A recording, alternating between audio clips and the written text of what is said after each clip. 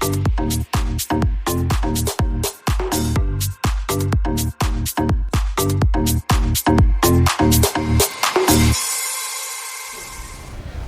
back to CiaMeru TV. Today we are discussing politics. We are discussing Siasa.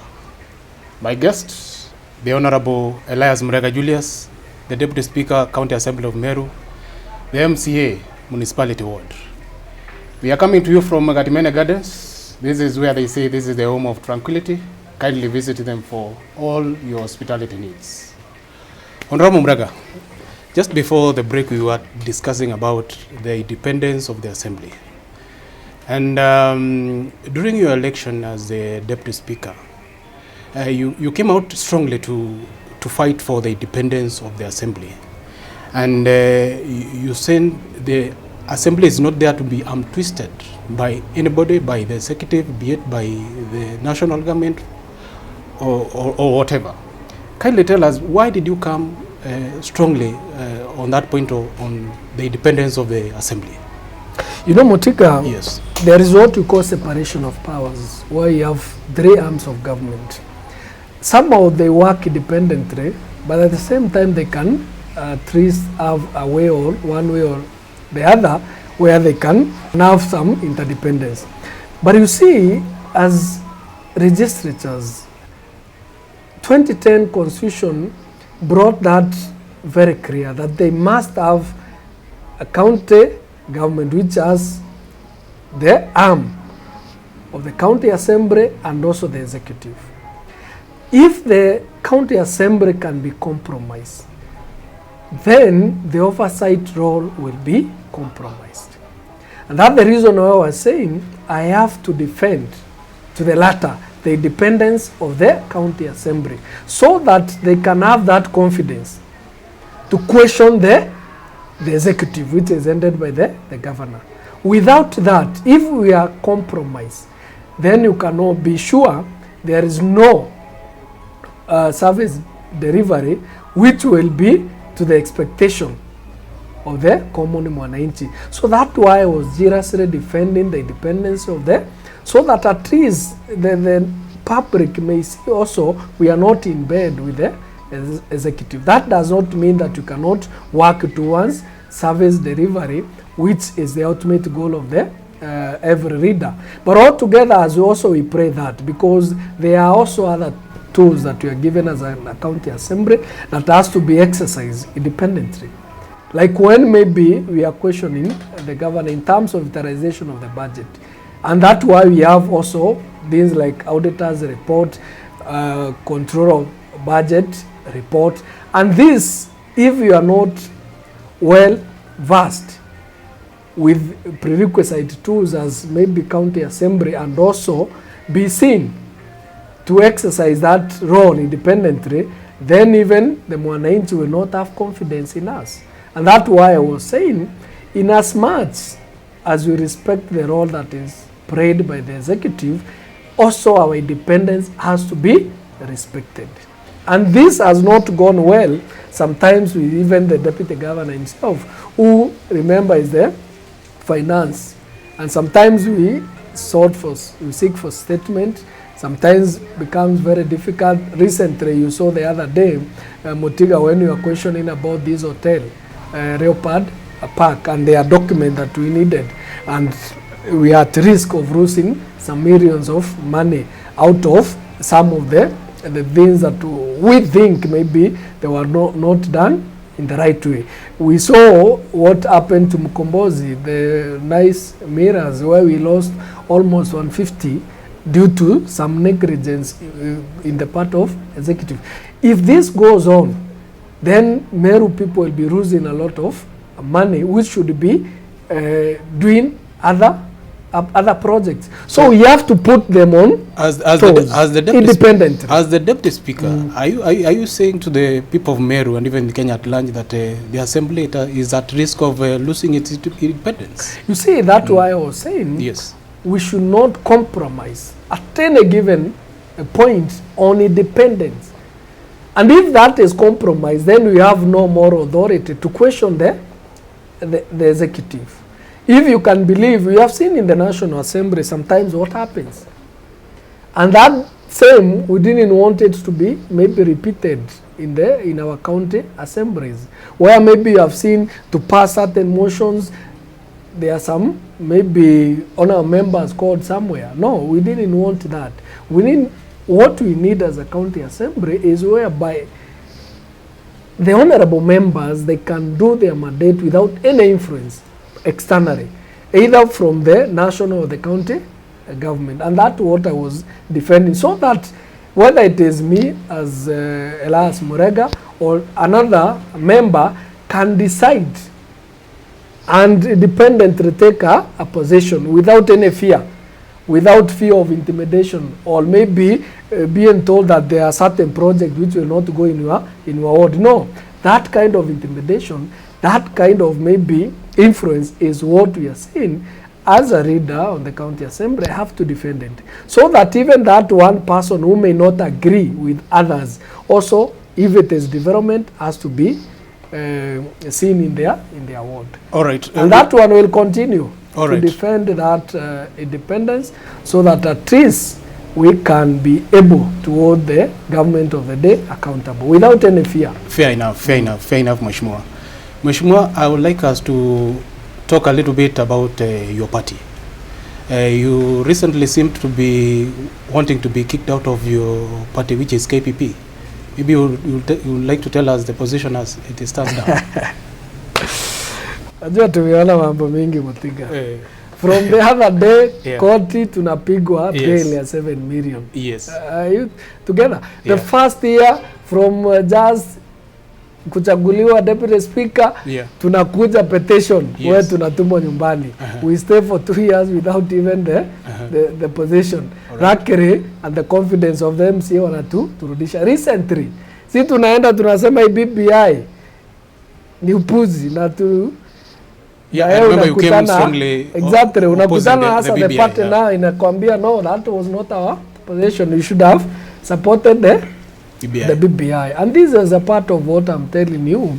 You see, we have not that freedom which was guaranteed by our constitution, that you can independently also exercise your free will, and also maybe from the listening to mwananchi. And that were the reasons why the party saw it and expelled us. But I was not alone here with others. However, we went back to court to seek for remedy, which gave us the orders, so not to remove us, because you know the consequences of you being partyless. Yeah, sure. It can lead you to losing your position. But altogether also we have, these are things that need to be restructured in future, because apart from a party sponsoring you to be to get a position like an MC or a member of parliament or so, also they have to respect the will of the people, because they participated to vote in you in. So you cannot just sit down and decide. Their representatives in and decide, you just kick you out of there. And we have seen it both in the National Assembly and the Senate. So we want that replica was what was happening with our KPP party. And this party, remember also, we are part of the people who made it be visible and be known. Fair enough. Before that, Mutiga, ulikuwa unajua kuna chama inaitwa KPP? Do you know it's the third largest party in the county assembly of Meru? It is. Actually it is. So in terms of numbers, that visibility is out of the members who have been elected, and then the opportunity given to the nominated. But you see now, kicking you out of the party without even giving you an hearing, that goes against the natural justice. You have to be heard before maybe a decision is. But altogether, those are internal issues that we are addressing at the party, and we are consulting and we are having dialogue, so that also they may hear our side of the story, and why maybe we could take such position that you took. But we'll overcome. We have done even before. We have overcome. Fair enough, Mheshimiwa. Fair enough. Now, considering that and all that you have been through and your party wanting to kick you out, there's the issue of Mount Kenya, Mount Kenya seems to chart a new path. The Mount Kenya East says it's time to have our own political vehicle. The West says it's time to be united. The former governor is rooting for a united Mount Kenya. And now we are talking about now the Mount Kenya East forming their own party.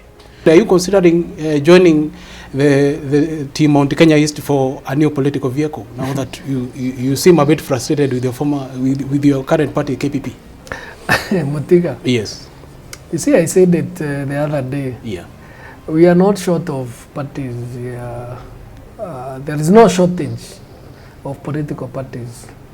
Hii magari everybody wacha apande pikipiki, ukitaka kwenda Nairobi mwingine apande, yes. Tuk-tuk mwingine apande, as long as the destination tukutane huko, then from there we can turn the way for. I'm saying this because it's not a new thing. We had a bus. Ilienda wapi? I heard the governor saying the bus was swallowed by Jubilee, and so far he's looking for a new political vehicle to take the people of Mount Kenya East. So it is not new. And I have no absolute problem anyone forming a political party and forming a vehicle. But I said it the other day that there is no way we'll start a whole new political party. Most of the time it is just rebuilding the existing ones. And that is what is happening. Would you say that's the reason as why they went for Restore and Build Kenya Party? Exactly. And even maybe I heard that they are approaching our party, but now maybe they are confirming that they are rebranding that party, and you saw it from the register of political parties. So there is nothing new. You see, Motiga, in our Kenyan politics, if you ask any normal, ordinary Kenyan, they will not tell you what these parties stand for. What they know is who at the top, who is leading, who is the driver of the vehicle. Hata sometimes they are not even bothered who makanga ni nani. So if you ask about maybe a party like TSP, they'll tell you they know Kionjori, which also is a party that I'm also personally interested. If you ask about Tunda, they'll tell you they know about William Ruto. Even these political party we are talking about, they are saying who will be, it is the governor. And maybe some few readers in Mount Kenya like Irene Kivuti. So they will associate that, not generally per se, but there are certain interests within the political realignment. So to me, I said we have no shortage of political parties, but we have shortage of maybe adequate water to our people. We have shortage of good roads. We have shortage maybe of other things in terms of infrastructure and so on. So we should be addressing those issues. So you are saying service to the people of Meru and most probably the municipality, mambo ya parties tutafanya hayo baadaye. Hiyo wacha niwaambie hata kama ni ile tunasema ati tunaketi to negotiate. If truly leaders are of concern. Yes. Kila mtu, na hiyo ndio itakuwa end result. Kila mtu ataenda na chama ile anataka. Because we will not force all maybe political candidate wasimame na chama ya Mount Kenya. Kuna wale already they have made up their mind. They are going maybe TSP. The others who have made their mind, they are going UNDA. The others maybe they are coming to that, waiting for that party which they are wanatengeneza. My friend, you tell these two people candidate wakuje kwa hiyo chama. Kwanza, they will doubt if it will be fair and free in terms of the nomination. Wameona nomination mchujo what happens. Are you together? Because you are not the owner yourself. Ingekuwa kama Democrat ama Republics, the people who are members, they own the party. We have seen in South Africa where former president was forced to resign by the party. Hapa Kenya, hawezi, my friend, they are owners. All right. Hata saa hii governor Elias Murega waliunda Jubilee, lakini juzi analalamika. Anasema nini? Hii chama iliingiliwa ina wenye. Even the deputy president Mutiga, yes, waliform Jubilee, lakini saa hii ukimuuliza anasema Jubilee na wenyewe. How do you tell me being a member ya hii chama ya East hapa Mount Kenya nitakuwa vyama ina wenyewe, na wenyewe ni hao wanatengeneza. All right. Tunaelewana? So I was saying that is not an area of focus.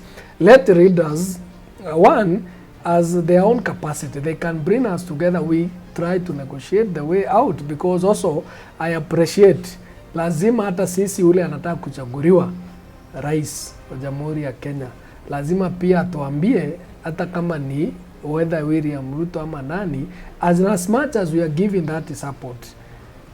Right. Also they do tell us the agenda they have for us. Honorable Murega, you are aspiring to be the next member of parliament for North Imenti. What vehicle will you use to navigate through your political? I think from the onset, umesikia nikitaja the service party. Yes. TSP. TSP. Yes. The one headed by Kijuri. Ending there. Okay. Yeah, sure. All right. But you see, we are supporters of William Samoei Ruto, but not as UDA, but as TSP. So we are ready to form coalitions as the service party, ama Unduma party, because for every position it's about giving service. Even as you are seeking the mandate from the people, it's about service. It's about giving that service to, and I think that the vehicle that is appropriate for me. The service party. The service party. All right. Yeah. One would argue that most probably you are running from defeat at the ward level, so that's why you are going for the. From who? There are people always who are defeatists, yani in that they are always in their mind that you have to belong to somewhere. Do you know, I started learning for an MCA even way before I concluded my after Form 4. Do you know 2013 I lost as an MCA? Are you together? Yes. 2017 I vied. Na nikafanya nini? But our so people, it's your own conviction that that's where I was coming to, because sometimes there are things that I've realized, even if I'm elected 10 years as an MCA, right. There are things I may not help achieve for my people. Right. And those are the basic things that are driving us as a leaders, that you need to seek a mandate whereby you can be able to achieve together with people to one certain agenda. So it's not about learning from defeat. From defeat. Totally, right. Absolutely. Even I've never thought of who is even my competitor at that time. Talk to the people of municipality. Just 1 minute. Talk to them. Yeah, to the people of municipality, I'm very grateful, because it's that opportunity that you give me that I've been able at least to help others achieve some milestone in terms of different sectors.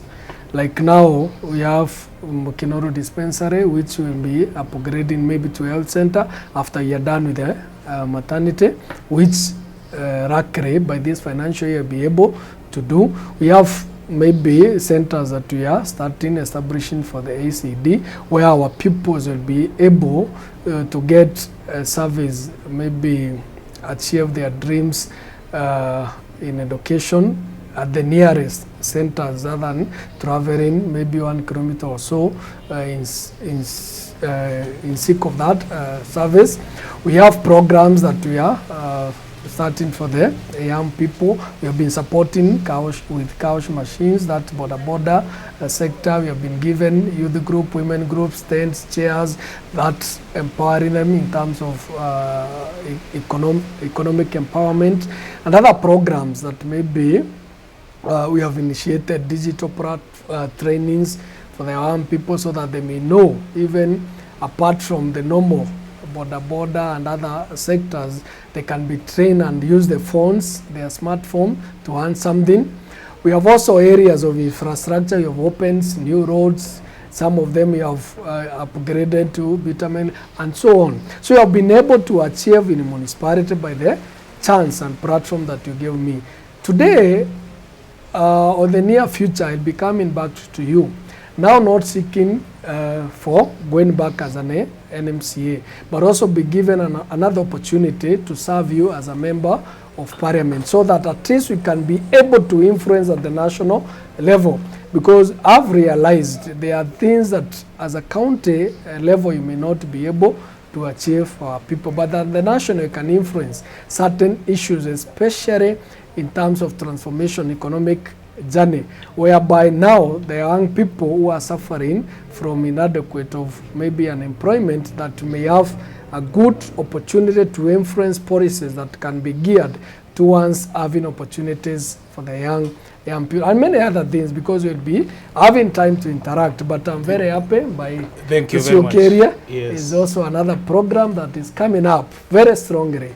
This is the TV to watch. Thank you very much. It's been a pleasure hosting you in Siasa, Honorable Murega. Asante. And we wish you well in your endeavors, in your future endeavors, as you seek to be the next member of parliament for municipality. Kabisa. And also your roles at the county assembly as the deputy speaker. We wish you all the best. Thank you very much. It has been a pleasure hosting you. Pleasure. Thank you very much. Asante. Thank you, our viewers, wherever you are watching us from. This has been CiaMeru TV.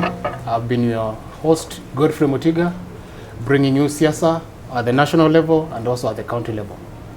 Pleasure to be hosting you in Katimene Gardens. This is the home of tranquility. Kindly join them, visit them for all your hospitality needs. Thank you very much. See you next time.